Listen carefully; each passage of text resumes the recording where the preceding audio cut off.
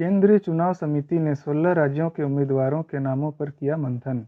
रात भर चली भाजपा की बैठक टिकट चुनाव घोषणा से पहले।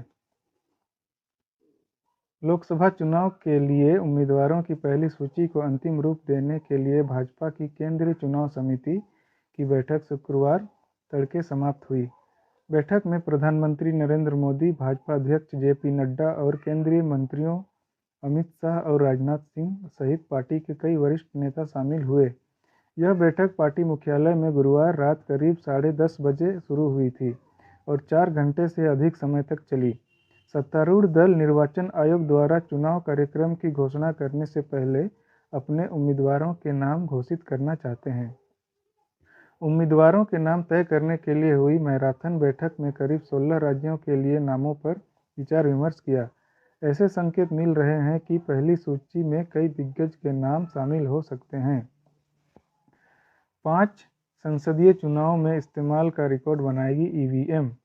आगामी लोकसभा चुनाव में जब पहला मतदाता मत डालने के लिए मतदान इकाई का बटन दबाएगा, तो ईवीएम 2004 के बाद से 5 संसदीय चुनाव में इस्तेमाल किए जाने के महत्वपूर्ण मील के पत्थर तक पहुंच जाएगी।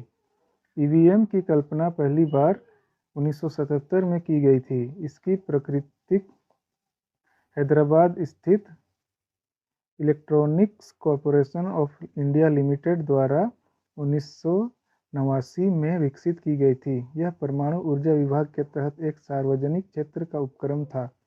6 अगस्त 1980 को राजनीतिक दलों के प्रतिनिधियों के सामने निर्वाचन आयोग द्वारा मशीन का प्रदर्शन किया गया था। ईवीएम को लेकर व्यापक सहमति पर पहुंचने के बाद निर्वाचन आयोग ने उनके उपयोग के लिए संविधान के अनुच्छेद 324 के तहत निर्देश जारी किए।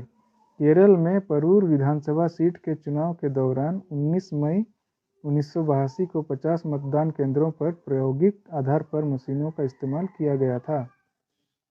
इधर आयोग बोला, आचार संहिता के उल्लंघन पर कड़ी कार्रवाई की आयोग ने दी चेतावनी। तथ्यहीन बयान देकर मतदाताओं को गुमराह करने से किया आगाह। जाति, धर्म या भाषा के आधार पर अपील न करने के बारे में दिए निर्देश। चुनाव प्रचार के लिए मंदिरों, मस्जिदों, चर्च, गुरुद्वारों का इस्तेमाल नहीं।